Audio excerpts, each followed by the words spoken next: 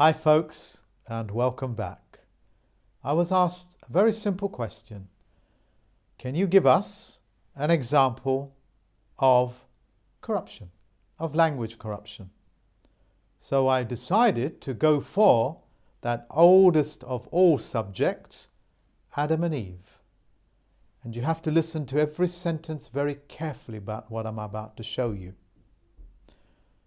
The story of Adam and Eve essentially is the fall from grace. Apart from all the symbolisms that accompany it, I'm going to look at the word, just one word, and then let's see if I can move on to a few others. But there's no reason why you can't do it yourself.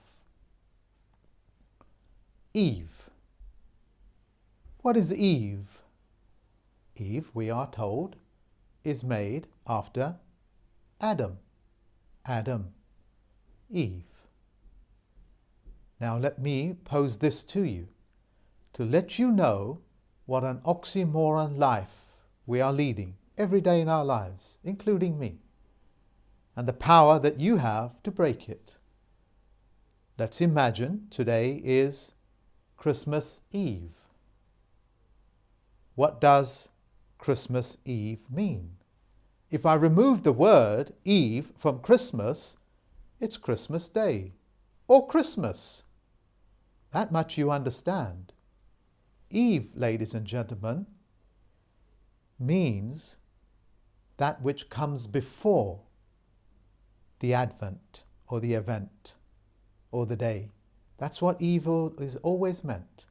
And yet biblically, because I like those biblical stories, religion is a very good example how easy it is for man to move into this fictitious conveyance of language.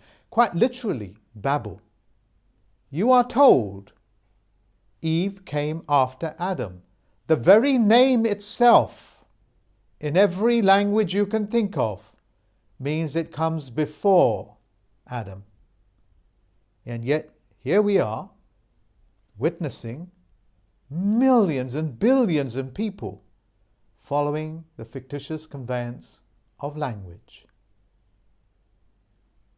Can you see how you can easily be trapped into believing things that make no sense? No sense at all. Just in the word passe, Adam actually means no place to go. Eden means no den, no place to go. That's in passe. What does passe mean? The words, the sounds that are pronounced by itself, Eve, Adam, as in a man, which means no man, as in amoral, which means no morals. This type of corruption gives the people that have corrupted the language openly telling you how foolish we are to believe the things that we do. Their language makes no sense.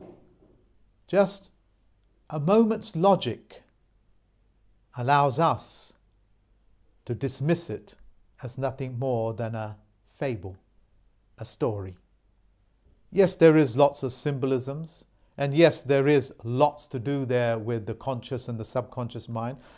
A video presentation of which I am willing to do if there is a demand for it, because it will take days for me to prepare an in-depth explanation as to what the subconscious, conscious, and the unconscious mind is. If you want that, make a request in the comments box. Engage in the analysis of words, so your governments and the corporations and the courts, the judiciary, can't get you to believe something as absurd as that, just in the language alone. A little bit of rationality, just a sprinkle of it, allows you to deal with a story that is probably thousands of years old as nothing more than what it is. I hope you've understood what I have said and the tragedy of human beings to read into those words that have no meaning. If you want to learn more about the things that I do, just look below the description box and you can join in. You need to be aware that the world is not what they say it is. And I say they as in collectively, because anybody that gets you to believe these things and the letters that come through your letterbox and the things that the politicians say, well, I think you know what I'm getting at.